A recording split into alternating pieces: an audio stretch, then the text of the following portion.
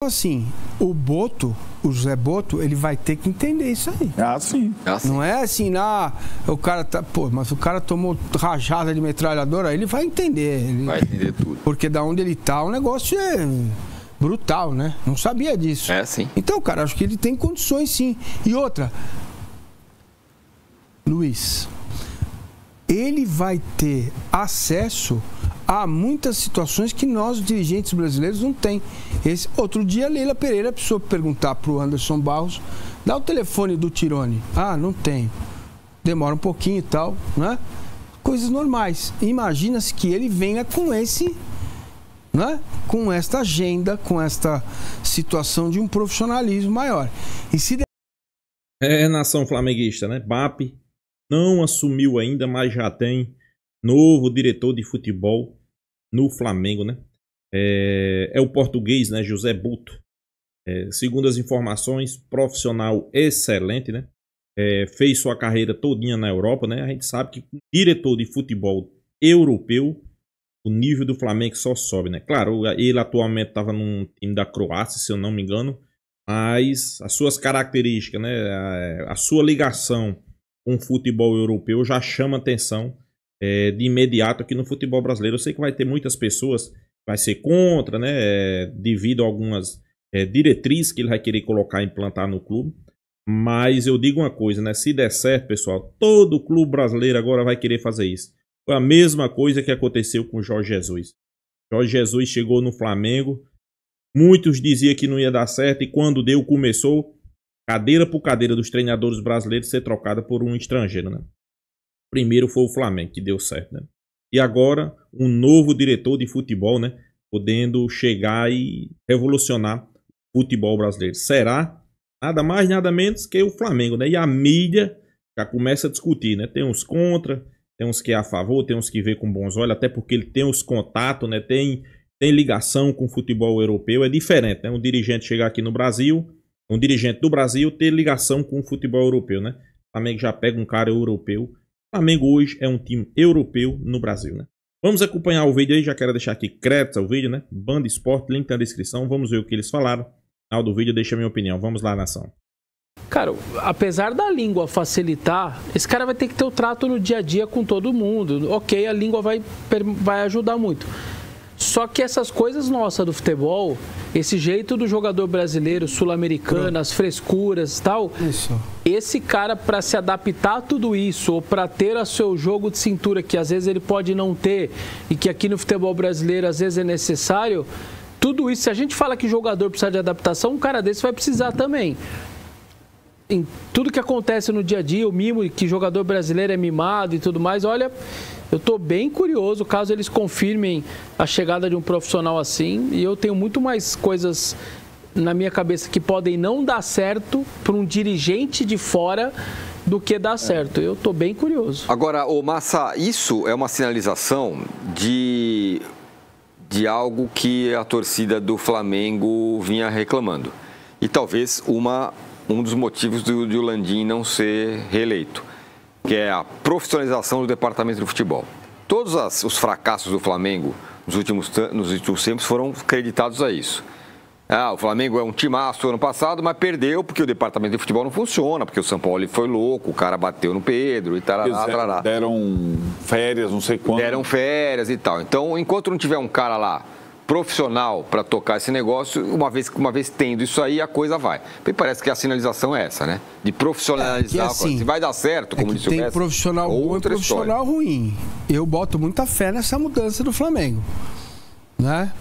Essa coisa que o Vessa cita precisa acabar, entendeu? Essa malemolência, essa coisinha, mas o jogador tem que tomar um chazinho na hora certa. Se não tomar o chazinho, como comer diria o Capitão pãozinho, Nascimento, o sistema é F. Então, cara... Não, eu entendo. É duro, cara. Eu sei, você tem razão. Só tô dizendo que isso me incomoda a alma. Meu irmão, é o seguinte, que hora que a gente tem que chegar aqui para fazer o trabalho? Na hora que tem que chegar. E se não puder chegar, é porque alguma coisa aconteceu muito grave. No meu caso, às vezes eu esqueço que tem programa, acordo meio-dia. Mas... não dá, tem que ter o mínimo de comprometimento. Não dá para o jogador ficar nessa, eu vou fazer xixi a hora que eu quiser. Pensa um pouco. O outro vai dar soco na cara do jogador. Varela e Gerson se pegam na porrada. Não é possível, gente. Entendeu? Quantos dias de férias a gente quiser. E não precisa... agora 50 dias de férias. Vem cá, não precisa ser um colonizador, entre aspas, porque ele é português, vir com uma chibata ou com as caravelas para catequizar os índios. Não é essa a questão. Então, não é essa a questão. Thiago Nunes chegou no Corinthians tirando o celular do café da manhã e virou uma revolução. Então, não dá para chegar com o pé na porta para jogador, para 35 jogadores. Então, mas aí acho que é um trabalho dele, do Boto, que ele vai devagar entendendo as coisas. E devagar mudando as coisas. Também, claro, óbvio. Mas qualquer gestor, cara, o cara quando chega num lugar, ele não chega com os dois pés na porta. Entendeu? Se ele for inteligente. Ele chega com calma, vai conversar com o Felipe Luiz, fala, qual é o perfil do elenco? Como é que é a situação? Horas de treino, que hora tem que chegar, que hora tem que sair. A partir de que... Mas com o Jorge Jesus funcionou. Sim. Entendeu? Era na base da chibata, meu irmão. Não tinha conversa com o Jorge Jesus. Não funcionou perfeitamente? Agora, com o Paulo Souza não, com o auxiliar do Guardiola não, com o São Paulo teve pugilato. Por quê? Porque não tinha comando no CT. O comando do CT do Flamengo era do Pelaipe, cara. Acabou. Agora, a ideia de trazer um cara novo são várias situações. O Arnaldo fala que eu discordo dele. O Marcos Baes contratou quem quiser. Não, claro, óbvio, né? Você compra qual dirigente de clube no Brasil nos últimos 10 anos comprou um jogador à vista? Nesse nível. Mas não, aí é fácil. Quando tudo era mato, ninguém queria jogar no Flamengo, né? O Gabigol, antes de ser Gabigol do Flamengo, ele estava lá na Europa querendo construir carreira. O Bruno Henrique estava encostado no Santos. Mas eles vieram para ganhar... O Arrascaeta era rei do Cruzeiro. Mas eles vieram para ganhar menos? Não. É claro, mas de novo, é que nem o Botafogo. Então, você identificar... Ninguém vem para ganhar pouco. Adoça a minha boca que eu vou, aí que tá. Sim, o Marcos Baes é super chavequeiro, ele é bom de chaveco. Ele vai lá e consegue o cara. Ponto, vamos nessa, avançar. O cara precisa cuidar das questões do Flamengo, porque tem uma questão que já vai pesar na Botafogo também. Não sei se vocês viram uma leitura labial do Igor Jesus conversando com um jogador de São Paulo, no campo. Não. Jogo rolando, devia estar parado. O Jandrei, não? Coisa. Não identifiquei quem era. E ele fala, cara, a gente vai viajar hoje ainda. Durante o jogo, os caras estão conversando. Vou viajar hoje ainda, é muita pressão. Já tem jogo quarta-feira, né? Então, assim, o José Boto, ele vai ter que entender isso aí. Sim. Não é assim, o cara tá... mas o cara tomou rajada de metralhadora, ele vai entender. Vai entender tudo. Porque da onde ele tá, o negócio é brutal, né? Não sabia disso. Sim. Então, cara, acho que ele tem condições, sim. E outra, Luiz, ele vai ter acesso a muitas situações que nós, dirigentes brasileiros, não tem. Outro dia, a Leila Pereira precisou perguntar para o Anderson Barros, dá o telefone do Tirone. Não tenho. Demora um pouquinho e tal, né? Coisas normais. Imagina-se que ele venha com né? Com esta agenda, com esta situação de um profissionalismo maior. E se der certo, você pode ter certeza. Vocês querem anotar aí? Vai ser feito em cadeia. Nós vamos ter mais uma profissão com um monte de desempregado. Já tem treinador, o próximo vai ser o dirigente de futebol remunerado. Pode anotar, se der certo, vai ser uma reação em cadeia. Não, tá vendo? Você é do estrangeiro, Rodrigo Caetano, Anderson Barros, esses caras não dão nada. Você vai ver. O José Rodrigo Souza Oliveira fala: presidente, priorizar o estádio aperta os gastos no time profissional, mesmo que não venham títulos pelos próximos anos, já será um bom mandato. Calma, vamos ver como que vai ser. Bom, mas isso aí... Se o Flamengo ficar Flamengar de novo? Não é flamengar de novo. Não. Mas ficar sem ganhar, não dá. Não. Um ano sem ganhar. Não. Um ano? Bom, o Landim paga pelo ano passado, muito. Exato. Pelo ano passado, horrível, do Flamengo. Exatamente. Não, o Flamengo não... Mas eu acho que ele paga mais pela gestão Gabigol. Que é o nosso próximo assunto. Gestão Gabigol foi o último ato do Landim, tentou fazer uma festa pro Gabigol, nem aí para ele, ele foi vaiado no estádio no fim do ano, e olha que foi campeão da Copa do Brasil, hein? Mas foi vaiado ali no estádio. O Gabigol se despediu oficialmente do Flamengo domingo, ontem já deu entrevista falando sobre o seu futuro. Vamos ver os números do Gabigol pelo Flamengo.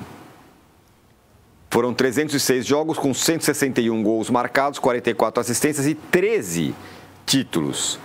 Estamos, Vessone, no calor dos acontecimentos. Então a torcida está meio magoada. Porque Gabigol, porque o final, porque não sei o quê. Se a gente faz esse olhar um pouco mais de longe, um pouco mais panorâmico, nós estamos falando dos maiores jogadores da história do Flamengo. A gente tem muita dificuldade de falar de caras que estão jogando. A gente não tem a real dimensão. É só quando os caras param mesmo. Isso acontece muito. Vou dar um exemplo, o Ceni no São Paulo. Você sabia que ele estava sendo grandioso. Quando ele faz 1000 jogos por um clube, aí você vê quem às vezes tem camisa. Ganhou a camisa comemorativa dos 50 jogos. Aí você para e vai, meu Deus, o cara jogou 1000, cara. É aí que vai cair na sua ficha. O Marcelinho Carioca no Corinthians. O cara fez quase 50 gols só nos 3 rivais. Hoje, se você pegar os grandes artilheiros, se juntar todo o elenco lá, deve dar 50 gols. O cara meteu 50 só nos rivais. Então, na hora que o cara tá jogando, você não tem muita noção. Só que daqui a pouco, não é nem agora, que agora ele vai jogar em outro clube. É quando ele parar, você olha para trás e fala, meu pai amado, o cara fez tudo isso. Então, acho que esse é um caso. Olha, nós estamos falando de mais de são 200 participações em gols em 300. Não é nem um ficar com participação no 100, é até menos do que isso. Então, realmente, são números incríveis. Ele se desgastou, com as suas atitudes também, foi se desgastando à toa. Ele não precisaria ter terminado dessa maneira. E olha que o clube e a torcida, de alguma maneira, deram um jeito de consertar. É o copo, é mosaico, vamos fazer o último jogo. Eles ainda deram uma consertada. Mas realmente isso não acabou acontecendo e ele sai de alguma maneira desgastado, mas com essa história linda. Mas no final das contas, vamos dizer que o Dudu do Palmeiras, a gente depois pode falar tal, sai agora do Palmeiras. O Dudu, por incrível que pareça, não vai ter um final como o Gabigol teve. Um mosaico, uma festa. Foi ali meio, pode ser o último jogo do Dudu, tira uma foto no campo. Não teve um negócio tão especial como o do Gabigol, caso o Dudu realmente confirme sua saída. É que eu acho que o Gabigol, ele foi além da idolatria pro torcedor do Flamengo. Ele foi o ídolo nacional durante bastante tempo, ídolo das crianças, ídolo da América do Sul. Uma coisa maior que o Dudu. Inclusive, eu acho que a personalidade dele, né? Um cara mais carismático. Né? Pode ser da comemoração, do cabelo, até é um pouco diferente. E acho que a diferença também é que ele é mais jovem e não teve nenhuma lesão séria. Os números seriam muito melhores se ele tivesse se dedicado nos últimos 2 anos. Tipo, esses números aí, mesmo com os 2 anos bem pálidos, os passados, esses últimos da gestão Landim. Agora, não deixa de ser curioso que ele saia, que o enredo tenha sido o seguinte, ele saia, se despeça num jogo em que, se você pensar bem, era um jogo válido, não era uma despedida, que é um jogo festivo, amigos do Gabigol contra um jogo de válido 3 pontos, que tenha sido feito tudo para, inclusive a escalação dele como titular, mais para o jogo de despedida do que por uma formação que o Abel não colocou o Dudu de titular porque ele ia jogar pela última vez lá pelo... E representa um pouco o que era, como é que era, acho que as coisas se conversam, como é que era o comando do Flamengo.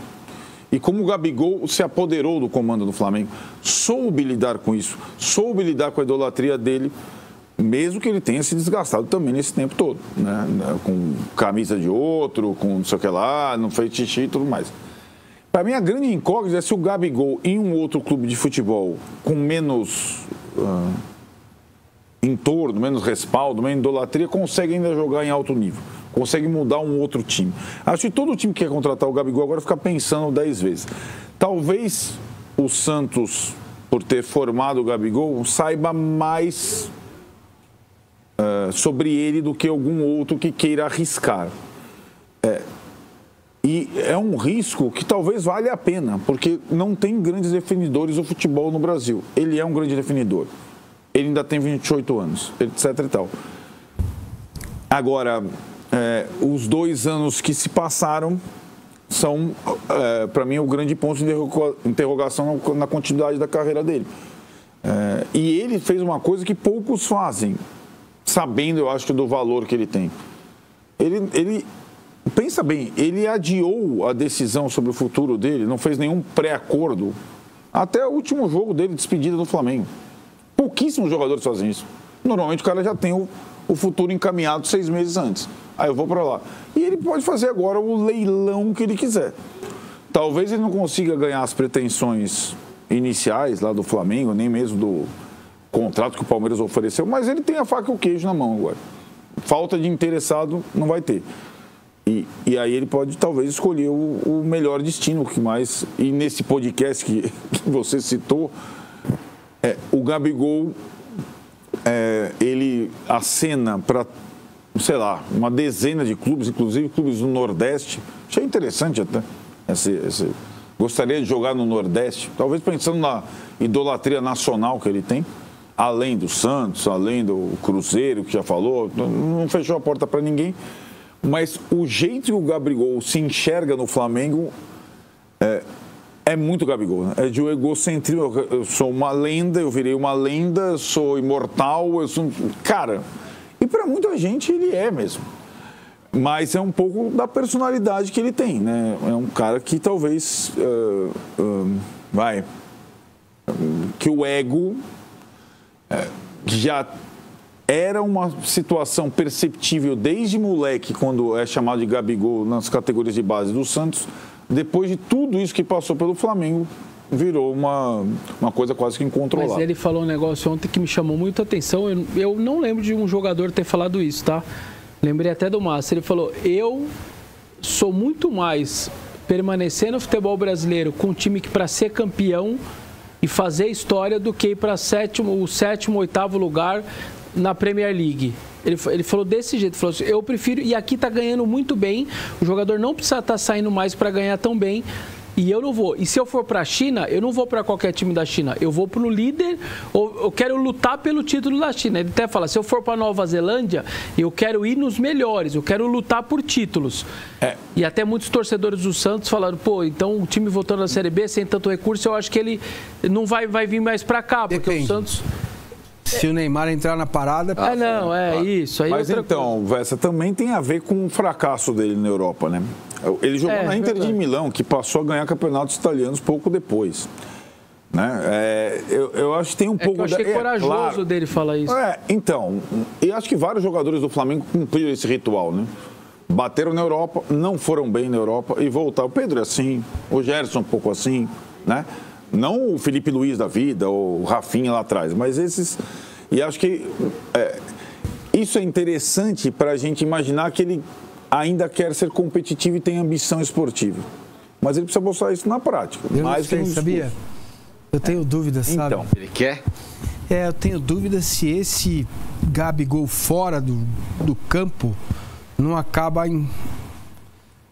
engolindo ele. Porque, depois de... Será que... Pô, ele não estamos falando de um jogador de 35 anos, estamos falando de um jogador de 28 anos. Mas olha o que ele fez com a idolatria dele no Flamengo, entende? E o que ele fala da parte financeira, ele tem razão. Cara, antigamente devia ter 2 jogadores que ganhavam mais de 1 milhão. Olha, eu acho que o futebol brasileiro, se bobear, tem uns 20 caras ganhando mais de 1 milhão por mês. Talvez mais, hein? Até mais, talvez. Mais. Então, ele tem razão um pouco. É possível se ganhar muito dinheiro hoje no futebol brasileiro. 20 a 30 caras ganham acima de 1 milhão no futebol brasileiro, hein? Agora, ó aqui essa provocação. Nação flamenguista. Flamengo com novo presidente, né? Pape. Eu vinha sempre dizendo aqui no canal, né? Quem acompanha o canal aí, o Fla News, né? Sabe que a gente vinha dizendo, né? Essa questão, essa queda de braço aí entre Gabigol e Rodolfo Landim iria custar a presidência do Flamengo. Foi justamente o que aconteceu, né? Justamente o que aconteceu, né? A queda de braço, geralmente, o ídolo ganha, né? E foi o que aconteceu, né? A administração de Landim foi ruim? Não. A melhor, até agora, foi a melhor, né? Só que ele pecou em algumas coisas, né? Principalmente nessa questão de Gabigol, né? Eu não vou dizer que ele errou 100%, né? Mas teve alguns erros, né? Isso aí custou, né? Custou a presidência do Flamengo, né? Papo novo presidente do Flamengo e ele já deixou bem claro, né? O Flamengo vai ter um diretor de futebol europeu, né? José Bolt, né? É um cara que é europeu, com certeza tem os contatos, né, dos dirigentes europeus, é porque ele tá no meio ali, sabe como é que funciona. Então aqui no Brasil, dificilmente você tem um dirigente de futebol que tem os contatos lá dos caras da Europa, né? É difícil. É difícil. Então, o Flamengo vê nessa questão profissional, né, de um diretor de futebol que bote moral no clube, não seja a bagunça que era. Vou citar a bagunça aqui que faltou comando no Flamengo, a gente vai citar várias, né? Uma delas é essa questão do exame de Gabigol, né? Faltou o que ali naquele momento? Faltou um diretor de futebol, faltou comando. Faltou um diretor de futebol chegar e dizer, amigo, a equipe do exame antidoping tá aí pra você fazer o exame. Vá fazer o exame, né? Não tem isso de não quero fazer agora, vou fazer depois, vou almoçar, faço depois. Não. Fazer agora. Tem que ter moral, né? É para isso que um diretor de futebol chega no Flamengo, né? Aí era Marcos Braz, o diretor de futebol, passava a mão na cabeça do jogador, o jogador fazia o que queria. A realidade é essa, né? E realmente ele fez grandes contratações? Fez grandes contratações. No resto da dúvida, montou um bom time. Mas em questão de dominar o vestiário, aí não era com ele, né? Era muito amigo de jogador. Acho que diretor de futebol não é para ser amigo de jogador. Diretor de futebol é para dar as ordens e sair de perto. É assim, assim, assim, tchau. Pronto. Não é para estar passando a mão na cabeça de Felipe Luiz. Inclusive, vocês assistiram